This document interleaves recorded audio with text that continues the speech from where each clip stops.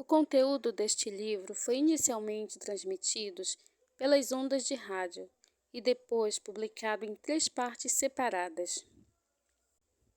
Palestras de Rádio 1942, Conduta Cristã 1943, Além da Personalidade 1944. Nas versões impressas, fiz alguns acréscimos ao que eu disse ao microfone, mas de maneira geral, não alterei o texto. A meu ver, uma preleção de rádio deve se parecer ao máximo com uma conversa. Isto é, não deve soar como um ensaio acadêmico sendo lido em voz alta. Assim, em minhas palestras, procurei empregar todas as contrações e os coloquialismos que costumo utilizar no meu falar habitual. Tentei reproduzir esse feito na versão impressa. E toda vez que enfatizava a importância de uma palavra pela entonação de voz na versão impressa, eu a escrevia em itálico. Entretanto, agora estou inclinada a acreditar que isso foi um erro, um híbrido indesejado entre a arte de falar e a arte de escrever. Um orador deve usar variações de entonação para dar ênfase, porque o seu meio de comunicação se presta naturalmente a esse método. Contudo, um escritor não deve se valer de itálicos com o mesmo propósito, uma vez que dispõe de outros meios diferentes de expressar as palavras-chave e, portanto, deve utilizá-los. Nesta edição, eliminei as contrações e substituí a maioria dos itálicos, reformulando as sentenças em que eles apareciam. Mas isso sem, pelo menos assim espero, ter alterado o tom popular ou familiar que eu pretendia assumir o tempo todo. Também acrescentei alguns trechos e excluí outros, quando percebia que minha compreensão dos assuntos havia sido aprimorada quando comparada ao meu entendimento de 10 anos atrás. E também quando deparava com trechos que, a meu ver, pudessem ter sido mal interpretados na versão original. Aqui cabe um aviso ao leitor. Não oferecerei qualquer tipo de ajuda a ninguém que esteja em dúvida entre duas denominações cristãs, em outras palavras. Não espere de mim qualquer orientação no sentido de você se tornar um anglicano, católico romano, metodista ou presbiteriano. Essa omissão é intencional. Até mesmo a lista que acabei de apresentar está em ordem alfabética. E também não faço mistério sobre a minha posição pessoal. Sou um leigo dos mais convencionais da Igreja Anglicana, sem preferência especial pela alta ou pela baixa igreja, tampouco por qualquer outra coisa. Até porque, neste livro, minha intenção não é converter ninguém à minha posição particular, pois desde que me tornei cristão, penso que talvez o melhor favor que possa fazer aos incrédulos que me cercam é explicar e defender a crença que tem sido comum a quase todos os cristãos de todos os tempos. Eu tinha inúmeros motivos para pensar assim. Em primeiro lugar, as questões que dividem os cristãos entre si muitas vezes envolvem pontos de alta teologia ou mesmo de história eclesiástica, que devem ser tratados exclusivamente pelos especialistas. Tais matérias estão fora do meu alcance. Nessas águas profundas, não tenho condições de ajudar ninguém. Antes, preciso ser ajudado. Em segundo lugar, penso que se deve admitir que a discussão acerca desses pontos controversos não tem qualquer chance de trazer uma pessoa de fora para o seio do cristianismo. Se insistirmos em escrever e falar sobre isso, a probabilidade de desencorajarmos essa pessoa a ingressar em uma comunidade cristã é muito maior do que a de a atrairmos para a nossa denominação. Nossas divergências não devem jamais ser discutidas senão com aqueles que já acreditam que há um só Deus e que Jesus Cristo é o seu único Filho. Por fim, tenho a impressão de que há uma quantidade maior de autores e também mais talentosos, engajados nessas questões controversas do que em defesa daquilo que Baxter chama de cristianismo puro e simples. A parte que me coube no debate e para a qual eu me senti capaz de contribuir, e também a mais modesta, e é para ela que me enveredei naturalmente. Pelo que sei, esses foram os meus únicos motivos, e agradeceria se as pessoas não fizessem interferências fantasiosas a respeito do meu silêncio sobre certas polêmicas. Por exemplo, tal silêncio não significa necessariamente que eu esteja em cima do muro. Por vezes estou mesmo. Há questões em discussão entre os cristãos cuja resposta ainda não nos foi revelada, e há outras para as quais eu nunca terei uma resposta.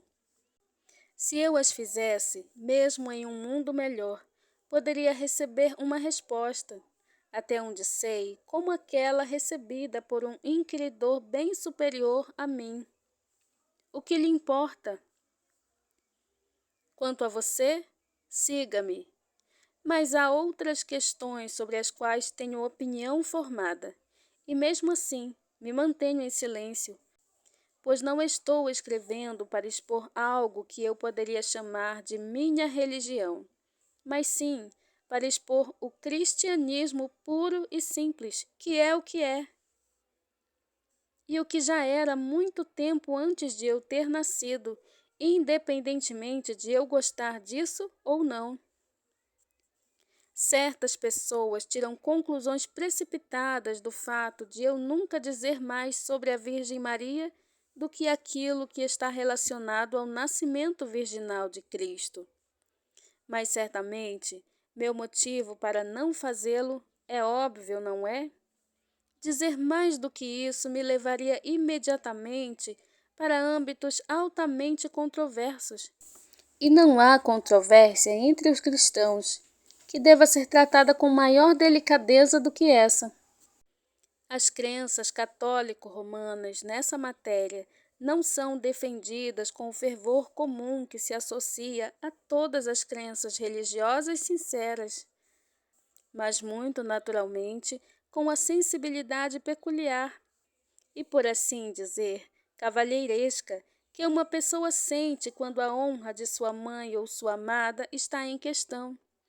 É muito difícil divergir do católico nesse ponto, sem lhe parecer malcriado ou até um herege.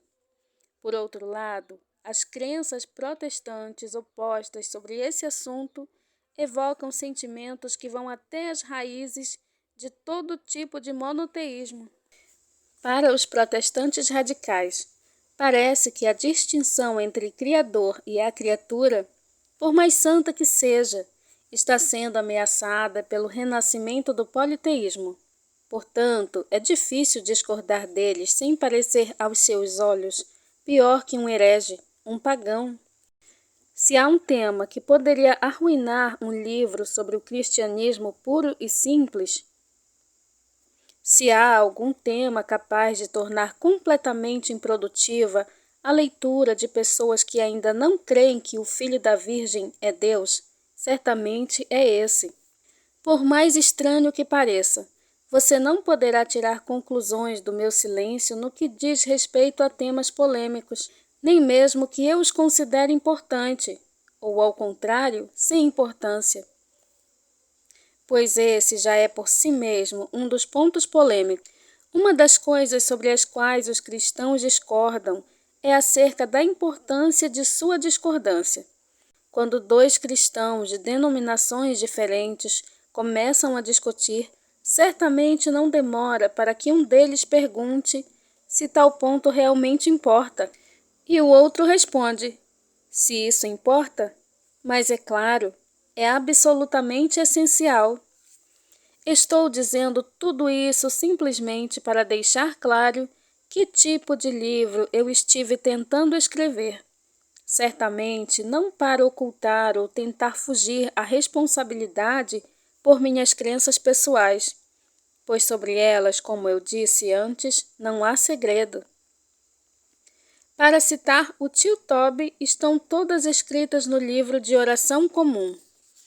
O maior risco que eu corria era, sem dúvida, de apresentar como cristianismo comum qualquer coisa que fosse peculiar à Igreja Anglicana, ou, o que seria pior, a mim mesmo.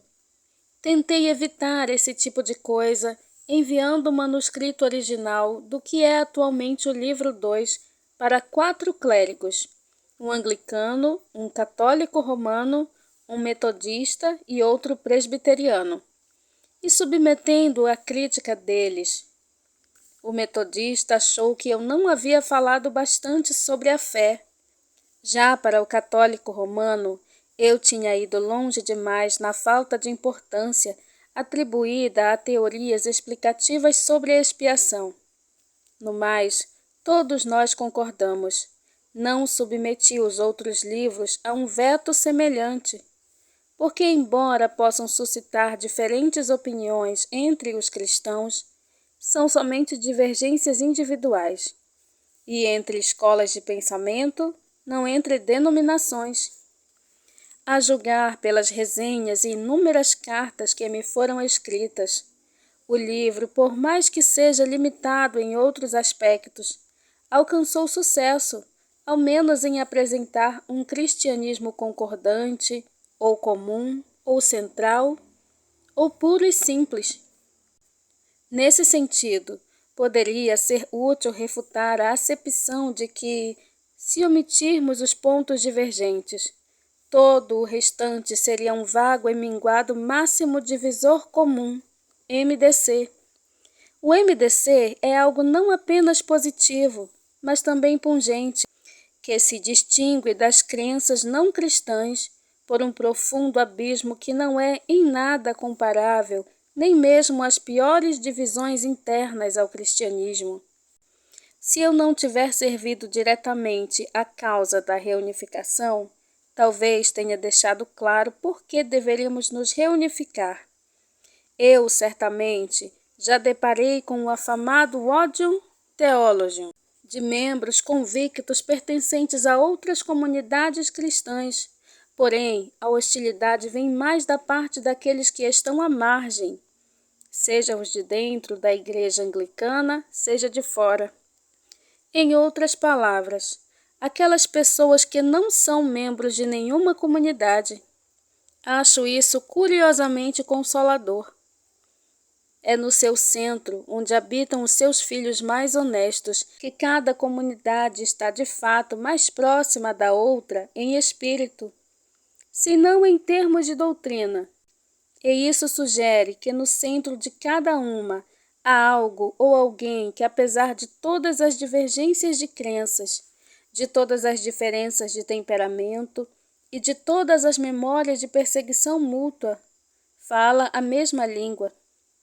Isso é tudo o que tenho a dizer sobre as minhas omissões relativas à doutrina. No livro 3, que trata da moral, também fiquei em silêncio sobre algumas coisas, mas por um motivo diferente. Desde que servi como soldado na Primeira Guerra Mundial, passei a ter uma aversão a pessoas que fazem exortações aos homens que estão na linha de combate, enquanto elas próprias estão confortáveis e seguras. Em decorrência disso, tenho relutância em falar muito de tentações às quais eu mesmo não estou exposto. Parto do pressuposto de que nem todos são tentados por todos os pecados. A compulsão pelo jogo, por exemplo, não faz parte da minha natureza. E, sem dúvida, o preço que pago por isso é a falta de algum impulso bom, do qual essa compulsão seja o excesso ou a perversão. Portanto, não me sinto qualificado a dar conselhos sobre o que é permissível ou não no jogo, se é que há algo permitido, pois não me atrevo nem mesmo a afirmar que tenha esse conhecimento. Também não falei nada a respeito do controle de natalidade, pois não sou mulher e nem mesmo casado ou um reverendo. Portanto, não me vejo em condições de defender uma posição firme sobre sofrimentos, perigos e o preço daquilo de que estou protegido.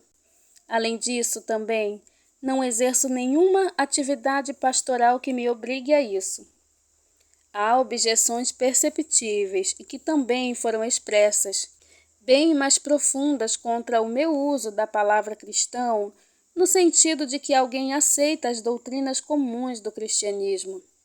As pessoas me perguntam: quem é você para determinar quem é e quem não é um cristão? Ou, não é possível que muitas pessoas que não creem nessas doutrinas possam ser mais genuinamente cristãs, estando mais perto do Espírito de Cristo do que outras que creem?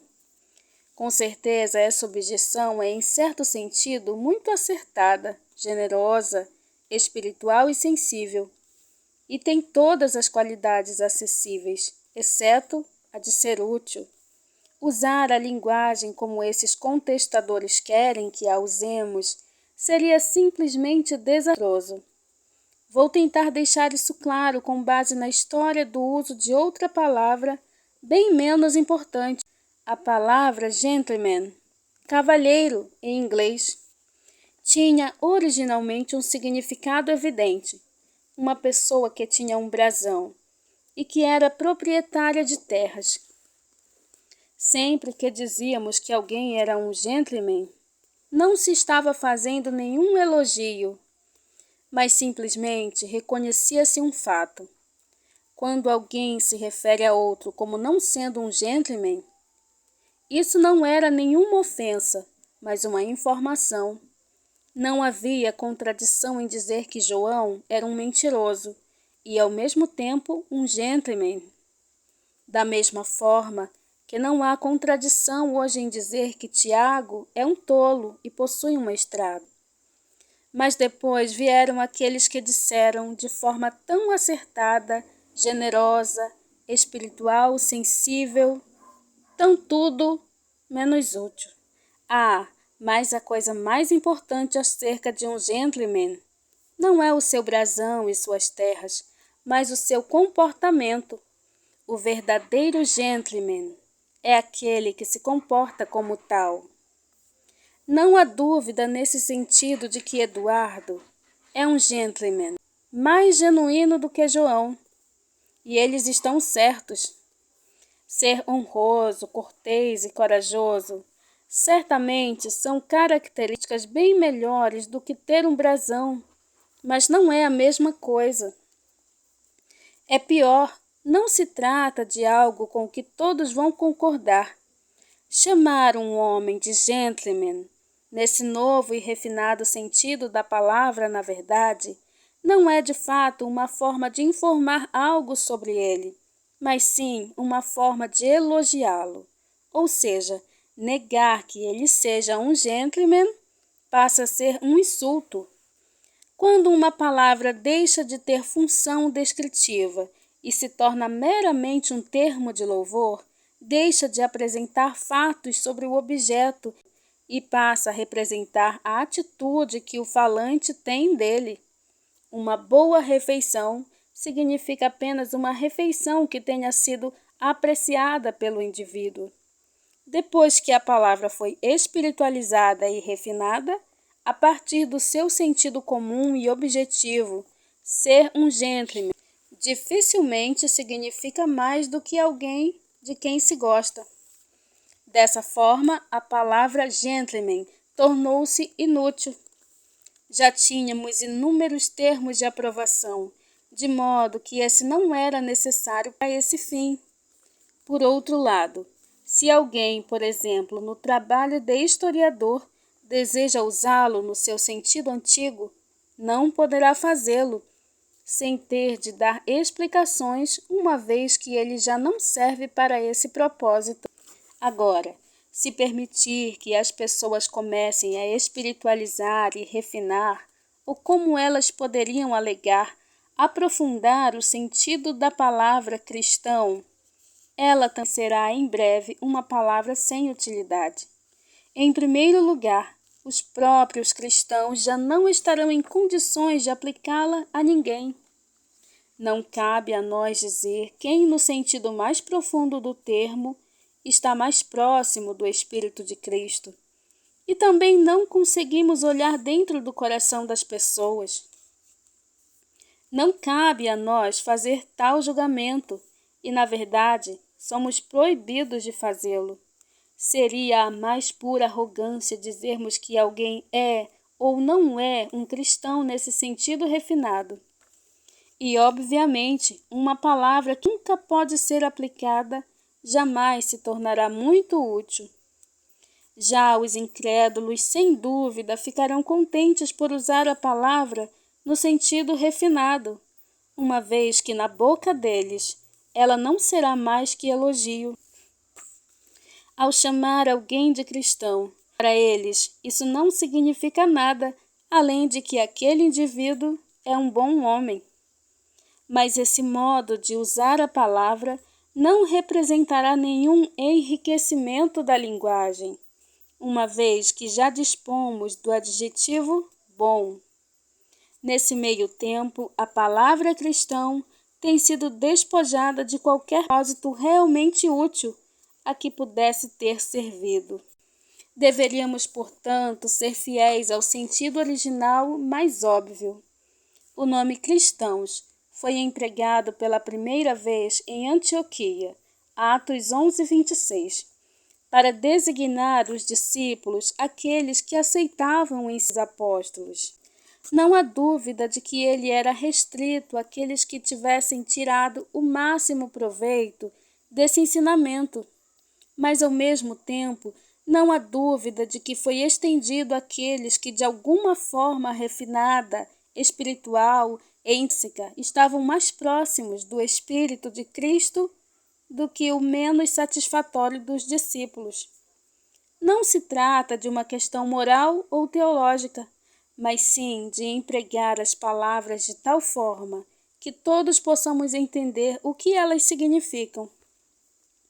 Quando um indivíduo que aceita a doutrina cristã não vive de acordo com ela, é muito mais esclarecedor dizer que ele é um mau cristão do que dizer que ele não é um cristão. Espero que nenhum leitor suponha que o cristianismo puro e simples, aqui proposto, deva ser entendido como uma alternativa aos credos das comunidades existentes, como se uma pessoa pudesse adotá-lo preferencialmente ao congregacionalismo, ou à Igreja Ortodoxa grega, ou a qualquer outra igreja.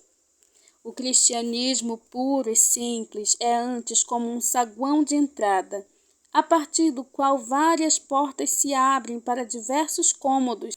Se eu puder conduzir alguém ao saguão, terei alcançado meu objetivo, mas é nos cômodos, e não no saguão que há lareiras, cadeiras e refeições.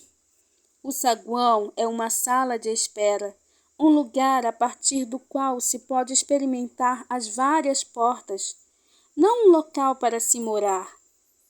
O pior dos cômodos, qualquer que seja, seria, a meu ver, preferível para esse fim. É bem verdade que certas pessoas acreditam que têm de esperar no saguão por um longo tempo, enquanto outras já sabem logo em qual das portas devem bater. Ignoro o porquê dessa diferença, mas tenho certeza de que Deus não deixa ninguém esperando, ao menos que julgue que essa espera seja benéfica. Quando ingressar no seu cômodo, descobrirá que a longa espera lhe trouxe algum benefício, o qual você não teria obtido de outra forma. Mas você terá de encarar isso como uma espera e não como um acampamento. E terá de perseverar na oração para que Deus o ilumine. E é claro que, mesmo estando ainda no saguão, terá de começar a tentar obedecer às regras comuns a toda a casa. Acima de tudo, deve estar se perguntando: qual é a porta verdadeira e não qual lhe agrada mais por sua aparência externa. Em poucas palavras, a questão nunca deve ser: será que esse tipo de culto é do meu agrado? Mas sim, será que essas doutrinas são verdadeiras? Há santidade aqui? Será que minha consciência está me movendo nessa direção? Será que a minha relutância em bater nessa porta é por causa do meu orgulho? Ou por questões de gosto pessoal? Ou pelo fato de eu não ter empatia com o vigilante? Quando você tiver alcançado seu próprio cômodo, seja gentil com aqueles que escolheram portas diferentes da sua e também com aqueles que ainda estão no saguão. Se eles estiverem errados, vão precisar ainda mais de suas orações. E se eles forem seus inimigos, então você tem ainda mais a obrigação de orar por eles. Essa é uma das regras comuns a toda a casa.